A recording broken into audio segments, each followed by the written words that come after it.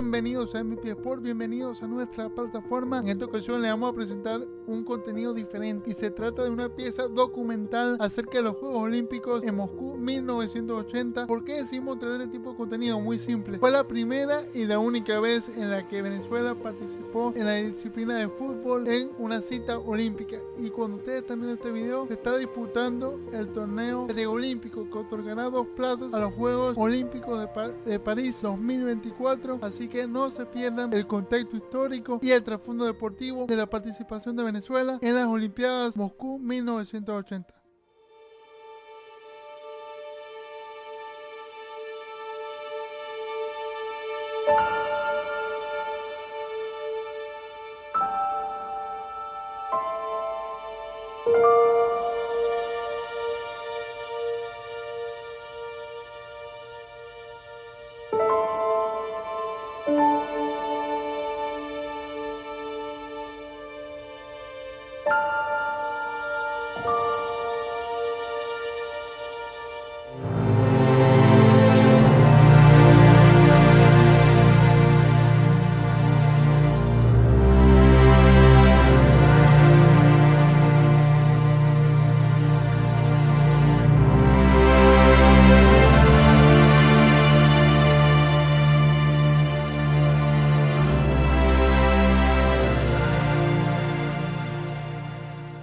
Transcurría el año 1974, específicamente el 22 de octubre, cuando tan solo faltaba un día para la designación de la capital deportiva. El periódico Daily Mirror filtró que se había generado un pacto secreto entre Richard Nixon y Leonid Brezhnev en apoyo a la política de distensión, lo que garantizaba a Moscú como organizador de los Juegos Olímpicos de 1980, por encima de su única rival, Los Ángeles. De esta manera, el 23 de octubre de 1974, Moscú fue electa por un amplio margen electoral como sede de los Juegos Olímpicos de 1980. Resultado: 48 votos a favor y tan solo 2 en contra.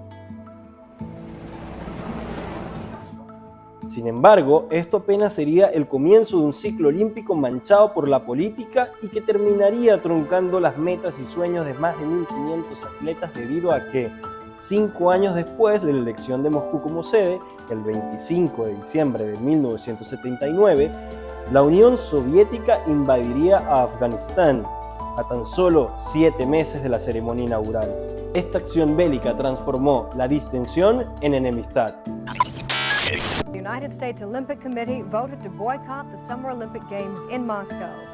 Ir a los Juegos Olímpicos de Moscú sería como poner un sello a la política exterior de la Unión Soviética. El Comité Olímpico Internacional debería cambiar la sede. Eso declaró el presidente Jimmy Carter en enero de 1980, pero la respuesta del titular del Comité Olímpico fue clara: solo una tercera guerra mundial puede impedir que Moscú sea la sede.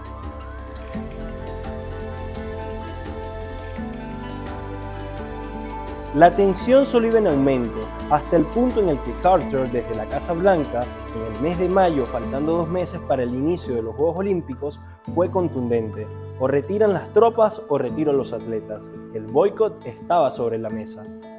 El 24 de mayo vencía el plazo de inscripción y esto ya era un problema para cada Comité Olímpico Nacional. El Consejo Olímpico Europeo recomendó acudir, pero sin banderas ni himnos. De Latinoamérica acudieron Brasil, México, Cuba, Venezuela, entre otros, mientras que Argentina decidió ausentarse.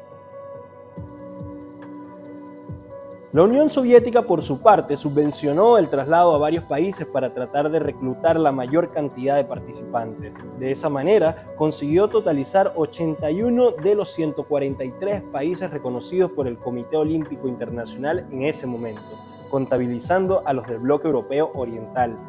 Pero ese total se redujo a 80 porque Liberia se retiró después de la ceremonia inaugural. Lo que no pudo recuperar fueron los ingresos perdidos por el retiro de los sponsors y la poca afluencia de turistas. Para determinar las 2 selecciones de Sudamérica que participarían en la máxima cita olímpica en la disciplina de fútbol, Conmebol organizó un torneo preolímpico en Colombia que otorgaría 2 plazas a los Juegos Olímpicos de Moscú 1980. Argentina y la anfitriona Colombia se hicieron con los 2 primeros lugares de la tabla, consiguiendo el pase a Moscú. Sin embargo, Argentina fue una de las 65 naciones que se unieron a Estados Unidos en la decisión de ausentarse de las Olimpiadas. En ese preolímpico, la Vinotinto sumaría 4 puntos, conseguidos tras empatar con Chile a 0 goles y golear a Bolivia por 5-1. De las 16 selecciones que conformaron el torneo, 7 fueron invitadas. Cuba ocupó el lugar de Estados Unidos, Finlandia el de Noruega, Irak entró por Malasia, Nigeria entró por Ghana y Siria, mientras que Venezuela y Zambia consiguieron su boleto por el retiro de Irán, Argentina y Egipto. Así, la Vinotinto conseguiría por primera vez participar en fútbol en unos olímpicos. Manuel Plasencia, director de aquella selección, declaró: "Solo por el motivo de ver este magnífico espectáculo vale la pena cruzar el océano y llegar a Moscú". En ese cuerpo técnico estaba como asistente Luis Mendoza, histórico jugador en nuestro fútbol, quien defendió la camiseta nacional desde 1967 a 1979 y fue parte de aquella selección que disputó el Sudamericano del 67, que fue además la primera vez en que la Vinotinto participaba en una Copa América. Por aquel tiempo se le conocía como Campeonato Sudamericano, en el que Mendocita además le marcó un gol a Paraguay. Regresando al año 1980, el profesor Palencia tenía la responsabilidad de conformar la lista de convocados. Dicha lista debía contar con 17 futbolistas, de los cuales no podía haber jugadores que hayan disputado eliminatorias sudamericanas. La lista de convocados fue la siguiente: porteros, Eustorio Sánchez y César Semidey; defensas, Ordan Aguirre, Emilio Campos, Pedro Acosta, Mauro Sichero, Fernando Pereira y Juan José Vidal; mediocampistas, Robert Eli, Asdrúbal Sánchez, Bernardo Oñor y Nelson Carrero; delanteros, Alexis Peña, Iker Zubizarreta, Ángel Castillo, Rodolfo Carvajal y Pedro Febles. Como pueden notar, en esta lista ya se estaban empezando a ver nombres que a la postre fueron regulares e históricos en nuestro balompié, como lo son Pedro Febles, acá apenas tenía 21 años y tan solo jugó 20 minutos, pero también estaban nombres de la talla de Bernardo Oñor, Pedro Acosta, Mauro Sichero, padre de los Sichero, Gabriel y Alejandro. Venezuela quedó ubicada en el grupo A junto a la Unión Soviética, Cuba y Zambia. A la Vinotinto le tocó debutar el 20 de julio ante la anfitriona, partido que terminaría 4-0 a favor de la Unión Soviética. 2 días después, en Leningrado, la Vinotinto enfrentó a Cuba, en la cual cayó por 2-1. Por Venezuela marcó Iker Zubizarreta, de solo 18 años, y que terminaría siendo el futbolista más destacado de la selección en ese torneo, ya que también le marcaría Zambia en la victoria de Venezuela ante los africanos con marcador de 2-1. Iker es nieto del delantero del Athletic de Bilbao, Félix Zubizarreta, quien formó parte de un momento histórico para el club vasco tras ganar 3 Copas del Rey consecutivas entre el año 1914 y 1917, en la que marcó un hat-trick ante el Real Madrid en la final de 1915.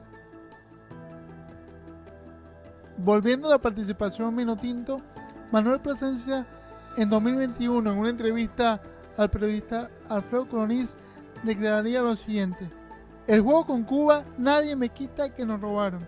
Estaban en bloque con la Unión Soviética y estaba definido que los aliados políticos tenían que clasificar. Nos robaron descaradamente". La selección venezolana terminaría en la tercera posición del grupo A con 2 derrotas y 1 victoria, quedando así eliminada del torneo. Bueno, muchachos, y de esta manera llegamos al final de este documental acerca de la participación de nuestro Vinotinto en los Juegos Olímpicos Moscú 1980. Este contenido forma parte de nuestra cobertura al preolímpico que se está disputando ahora mismo en Venezuela, que otorgará 2 plazas para París 2024, y esperemos que esta generación sea la segunda en nuestra historia en participar en unos Juegos Olímpicos en la disciplina de fútbol. Así que bueno, sigan conectados al contenido más valioso.